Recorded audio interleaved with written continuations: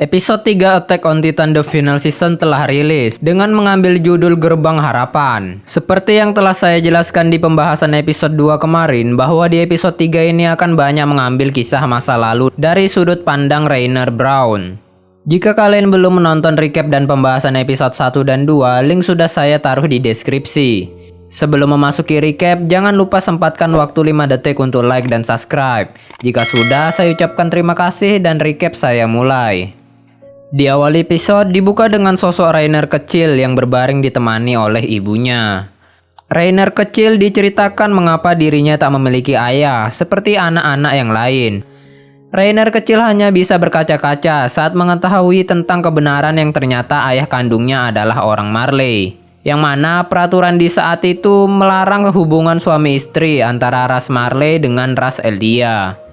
Disebabkan hal itu, ayah Rainer meninggalkan dirinya dan ibunya. Rupanya hal tersebutlah yang menjadi motivasi dirinya untuk menjadi pewaris salah satu dari ke-9 Titan Shifter, yang mana nantinya dirinya bisa menjadi orang Marley yang dihormati dan bisa hidup bahagia bersama ayah dan ibunya. Rainer kecil berlatih sangat keras agar dirinya diterima menjadi pewaris salah satu dari 6 shifter yang dimiliki oleh militer Marley. Namun tujuannya itu tampaknya tak disukai oleh salah satu rekannya, yaitu Porco Galliard. Menurut Porco, Rainer hanya beruntung bisa diterima menjadi kadet, karena Rainer tak memiliki keunggulan dari segi stamina, kecerdasan, kemampuan menembak, dan bela diri. Rainer bisa diterima menjadi kadet hanya karena menuliskan kesetiaannya kepada Marley saat ujian berlangsung. Porco yang kesal kemudian mendorong Rainer. Namun untungnya Marcel saat itu bisa melerai perkelahian mereka. Dan Rainer yang terjatuh ditolong oleh orang yang akan menjadi sahabat terbaiknya, yaitu Bertolt. Sementara Annie hanya berdiri diam, seakan tak memperdulikan dengan apa yang terjadi dengan sekitarnya. Annie malah sibuk menginjak-injak belalang. Entah apa maksudnya ini, apakah ini sebuah easter egg, saya juga kurang tahu. Cerita kemudian berlanjut dengan pelatihan para Titan. Yang pertama adalah Female Titan. Female Titan mampu melakukan apapun dan memiliki fleksibilitas yang tinggi.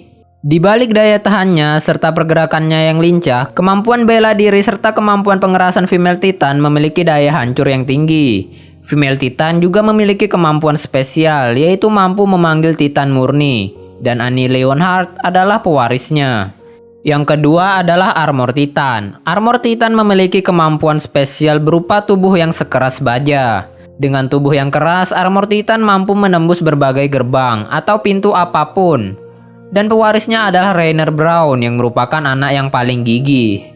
Yang ketiga ada Jaw Titan, yang merupakan Titan spesialis penyerangan. Dengan tubuh yang kecil, Jaw Titan memiliki kecepatan yang luar biasa.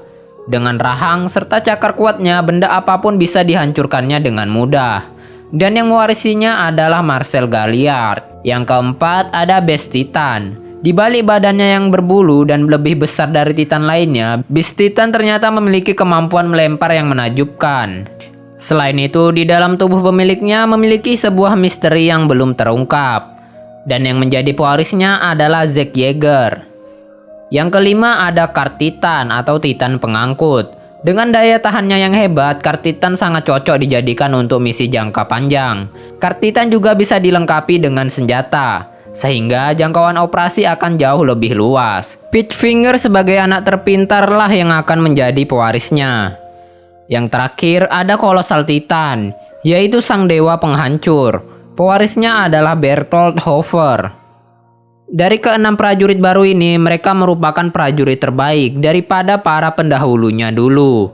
Terutama Colossal Titan yang dianggap sebagai dewa penghancur. Padahal baru saja memiliki kekuatan Titan, ke-6 anak ini sudah mampu menghancurkan sebuah negara. Yang mana pastinya kemampuan dari ke-6 Titan ini sangat mengerikan. Jika kalian cukup teliti, kalian tak mendengar nama Porco Galliard. Di saat itu, Porco adalah satu-satunya yang tak terpilih menjadi pewaris Titan. Dan di saat itu, dirinya hanya tersujud malu di hadapan Rainer. Sebenarnya ada yang unik dari nama Porco Galliard. Jika diterjemahkan dari bahasa Portugis menjadi bahasa Indonesia, namanya akan berarti kandang babi. Mungkin itu alasan dirinya tak suka dipanggil dengan nama itu. Cerita kemudian berlanjut. 4 dari ke-6 prajurit yang telah terpilih langsung diberi misi untuk merebut kekuatan Founding Titan di Pulau Paradis. Mereka yang terpilih dianggap bagai idola oleh warga setempat.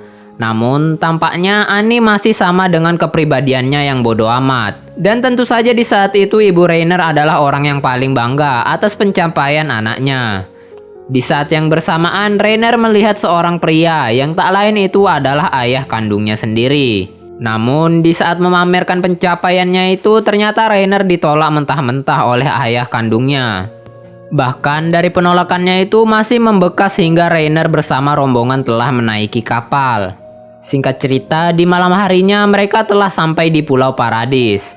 Di malam itu mereka berempat membahas tentang detail misi. Namun Bertolt tampaknya sedikit ragu saat ingin menghancurkan tembok. Bertolt khawatir jika tembok dijebol maka Raja Dalam Dinding akan menggunakan kekuatan Founding Titan. Kemudian Rainer berhasil menenangkan Bertolt. Dan di saat yang bersamaan Marcel mengungkapkan kebenaran mengapa Rainer lah yang terpilih menjadi pewaris Titan Armor dan bukan Porco Galliard. Rupanya Marcel sengaja merendahkan adiknya dan meninggikan Rainer di mata militer. Rupanya hal tersebut mampu mempengaruhi militer sehingga Rainer lah yang terpilih menjadi pewaris Titan Armor. Marcel hanya ingin melindungi adiknya agar umurnya jauh lebih panjang dari dirinya. Karena pemilik Titan Shifter hanya memiliki masa hidup 13 tahun. Kemudian di balik Rainer tiba-tiba tanah bergetar dan muncul sebuah Mindless Titan. Marcel yang saat itu hendak menolong Rainer malah dirinya yang menjadi korban keganasan Titan.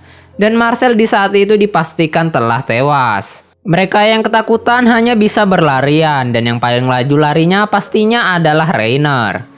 Di sini mereka kehilangan kekuatan jauh Titan. Dan Annie memutuskan untuk mencari Titan yang memakan Marcel, kemudian memutuskan kembali ke Marley. Karena tanpa kepemimpinan Marcel, misi mereka di sini tak akan berhasil. Annie dan Bertolt yang beranjak pergi kemudian dihalangi oleh Rainer. Mereka harus melanjutkan misi, walaupun tinggal bertiga. Karena jika mereka kembali ke Marley sekarang, pasti akan mendapat hukuman dari militer Marley. Annie dan Rainer kemudian bertengkar hebat, sementara Bertolt hanya bisa memperhatikan mereka berdua. Singkat cerita, Kolsal Titan menembus distrik Singgansina. Kemudian Armor Titan berhasil menembus Wal Maria. Kemudian cerita berlanjut di kamp pengungsian di dalam Walros. Mereka bertiga yang selamat hanya bisa mengenang kepergian dari Marcel Galliard. Kemudian cerita berlanjut dengan Rainer dan Bertolt yang mendengarkan cerita dari seorang pria. Pria itu merupakan satu-satunya orang yang selamat dari desanya yang dihancurkan oleh Titan. Sementara di sisi lain, Annie sedang mengikuti seorang pria yang tak lain itu adalah Kenny Ackerman. Annie membutuhkan Kenny untuk mencari informasi Raja Dalam Dinding. Yang tak lain tujuannya itu adalah untuk memancing kekuatan Founding Titan keluar. Namun karena berada di situasi yang tidak menguntungkan, Annie dengan akal cerdik dan kemampuan bela dirinya berhasil kabur dari Kenny. Sementara di sisi lain, Bertolt yang tertidur dengan posisi aneh dijadikan lelucon untuk memprediksi cuaca. Sementara Annie yang gagal mencari informasi lebih banyak membujuk Rainer untuk kembali ke Marley dengan hanya membawa sedikit informasi yang mereka miliki. Kemudian Rainer memutuskan untuk menjebol dinding Rose walaupun itu akan membunuh rekan-rekannya. Karena menurut Rainer tak ada cara lain lagi untuk memancing keluar Founding Titan. Sementara Bertolt menceritakan mimpi anehnya yang selalu ia lihat berulang-ulang. Mimpi itu tentang seorang pria yang gantung diri di sebuah ladang. Dan pria itu adalah pria yang mengajak mengobrolnya dengan Rainer dan Bertolt sebelumnya. Kemudian cerita berlanjut dengan latihan para kadet menggunakan 3D ODM.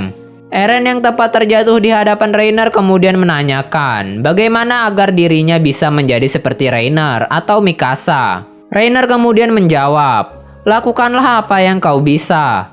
Teruslah maju tanpa ragu." Kemudian cerita berpindah di masa sekarang. Rainer yang selalu terjebak di ingatan masa lalunya mencoba mengakhiri hidupnya.